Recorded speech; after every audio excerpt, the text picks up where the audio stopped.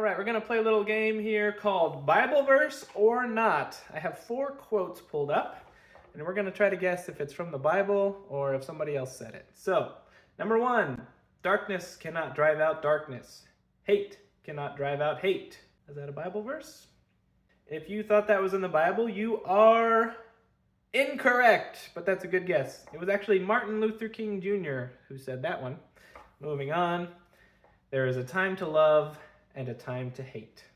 That was King Solomon in Ecclesiastes chapter 3, verse 8. Moving on, fear leads to anger. Anger leads to hate. Hate leads to suffering. Is that a quote from the Bible? That was Master Yoda. So if you thought that was in the Bible, that's a little embarrassing. But we'll move on to number 4, the last one. If anyone comes to me and does not hate his own father and mother and wife and children and brothers and sisters, yes, and even his own life, he cannot be my disciple. Okay, well that one seems a little strange, but that is not only a Bible verse, that is a direct quote from Jesus. If you didn't catch on, all those quotes were related to the topic of hate, but I wanted to highlight this verse because at first glance it's very confusing and even troubling. And it doesn't sound like something Jesus would say, because in other parts of the New Testament, he tells us to love our neighbor, and he even tells us to love our enemies. So if we're supposed to love our enemies, why would we hate our own family? And I think it's kind of a language issue here. And the word hate doesn't mean what we might think it means when we read it.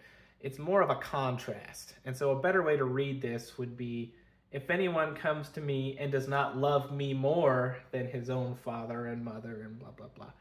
So it's not that you hate your family, because that's actually not biblical to hate your family. We're supposed to honor our father and mother. We're supposed to love our spouses and all that stuff. And that's all biblical. The point here is that Jesus needs to be the top priority. You need to love him more than yourself, more than your wife, more than your kids even. And that is countercultural. I'd say the culture would probably put yourself first and then family second, and we're supposed to put Jesus above everything. So anyways, I hope that makes sense. That's what this Bible verse is actually talking about. It's a little shocking if you haven't come across it before, but you don't need to be too scared. But at the same time, that is pretty convicting.